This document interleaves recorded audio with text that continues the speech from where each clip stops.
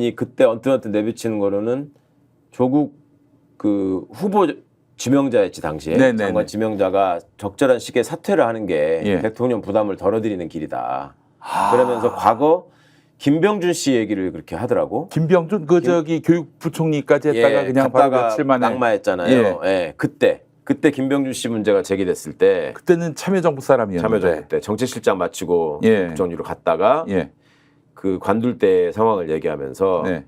그때하고 지금 비슷한 상황인 것 같다. 예. 본인은 예. 그러면서 이 정부가 제대로 일을 하기 위해서 대통령의 어떤 신뢰나 권위가 이런 게 흔들리지 않고 훼손되지 않는 게 가장 중요한 것이지 다른 것들은 부차적인 문제다라는 생각이 강했어 이분이.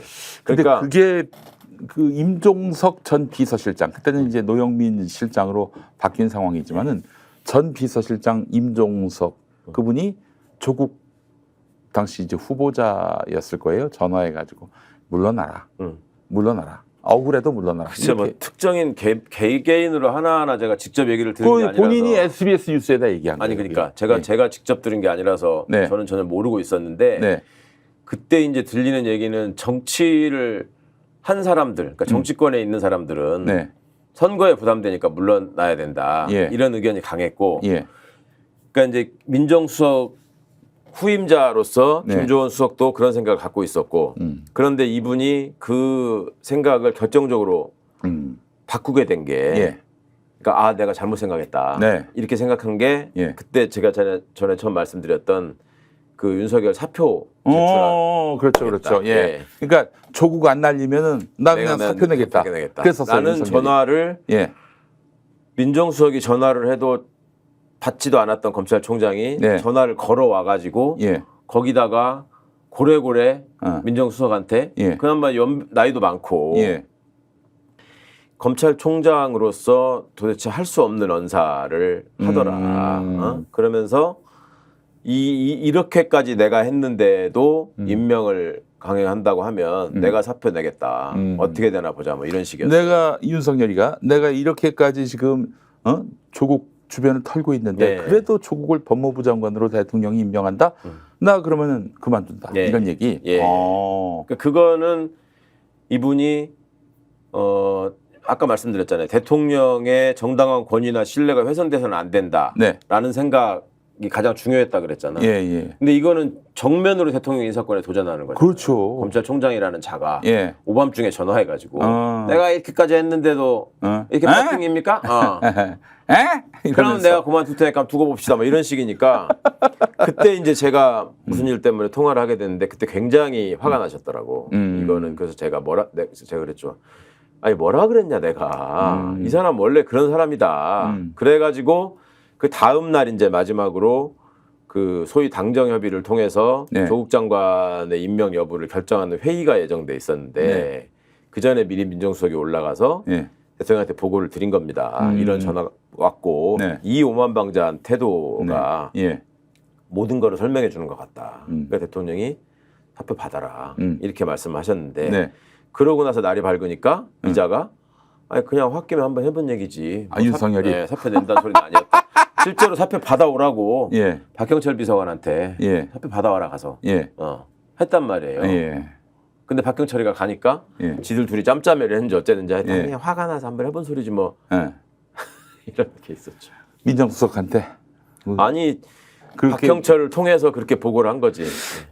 그렇다면은 그 차후에라도 예. 더 안고 갈 수가 없는 사람이다. 그럼 조국 장관이 그때 사표를 냈잖아요. 얼마 안 있어서 그때 같이 윤석열도 그만두라라고 할 수는 없었을까요? 아니 그것도 물론 예. 저 같은 사람이야 당연히 예. 그런 주장을 하지 않았겠습니까? 네. 근데 이제 그때의 정무적 판단을 한다는 사람들의 생각은 뭐냐면 네. 이게 저렇게 수사를 떠들썩하게 시끄럽게 해서 네.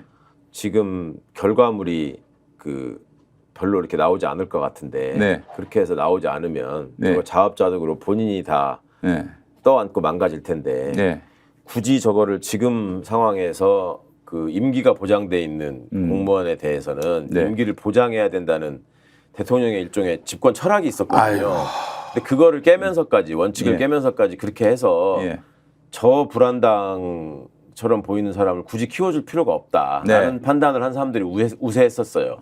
그러니까 그때는 지금 와서 생각해 보면 네. 너무나 아쉬운 판단이고 그 점에 대해서 많이들 비판을 하시지만 네. 당시로 돌아가 보시면 아니 이 사람이 뻔히 앞에서 얘기하고 뒤에 가서 거짓말하면서 뒤통수 치는 게 한두 번이 아니었거든요. 네. 그러니까 어떤 순간이 되면 와가지고 항상 그런 수법을 썼었어요. 머리를 조아리면서 제가 뭐 그래서 제가 그런 거 아니고. 네? 그러면 이제 한번 사람들이 한 번만 보자. 그러니까 옛날에 히틀러가 그렇게 했다는 거잖아. 네. 여기까지만 주면 내가 더 이상 침략 안 하겠다. 그렇지. 여기까지만 하면 안 하겠다. 예. 거의 흡사한. 그러면 그때 당시에 이거를 이렇게 이만큼 달라고 했을 때, 야, 안 돼, 임마. 그러고서 전쟁을 먼저 선포하느냐. 예. 아니면 이걸 주고 달래가면서 예. 제가 저것 때문에 주저앉을 상황을 만드느냐. 네. 이런 판단이 항상 필요하잖아요. 그래요. 아유, 참, 윤틀러를 조기에 알아보시고 공직기강 비서관일 때 윤석열 안 된다라고 보고서를 쓰신 분이 바로 우리 최강욱 전 의원님이십니다. 그러니까 고수입니다. 그러니까 고수예요. 고수. 고수라서 그런 건 아니고. 아니 조국 민정수석도 반대했던 거 아니에요. 네, 그렇죠. 네.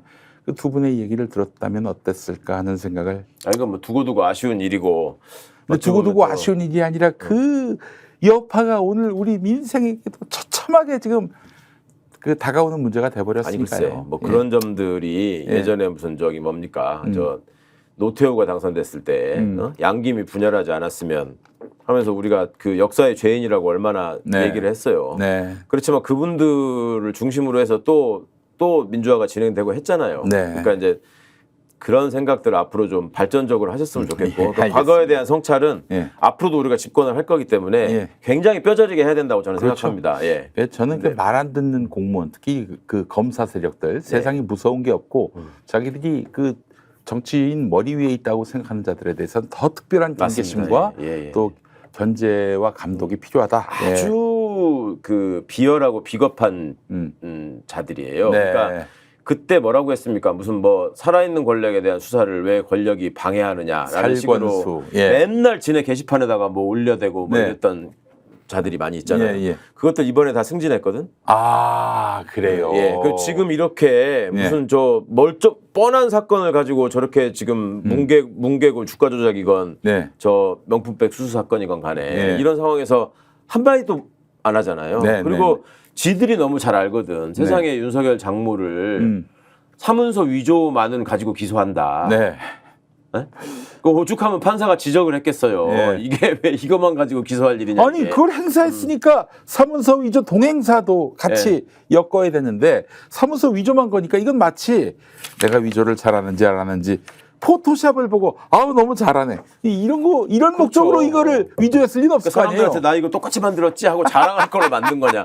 그러니까 실무를 조금이라도 해본 사람은 사문서 위조 동행사, 그래서 동행사라는 말이 붙은 거예요. 원래는 사문서 위조 행사죄인데 위조 사문서 행사죄인데 항상 같이 다니기 때문에 문서 위조 동행사. 그렇죠. 그 다음에 요거가 노리는 게 뭐였냐. 항상 사기가 따라가는 거거든. 그렇지 않으면 뭐하러 그걸 위조합니까? 근데 사문서 위조까지만 하고 동행사 행사도 빠지고 사기를 빼고 다 뺐어.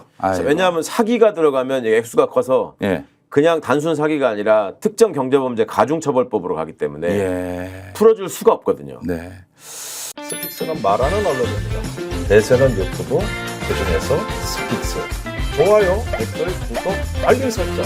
여러분이 저희를 사랑해 주시고 우리가 여러분을 사랑하는 4가지 방법입니다.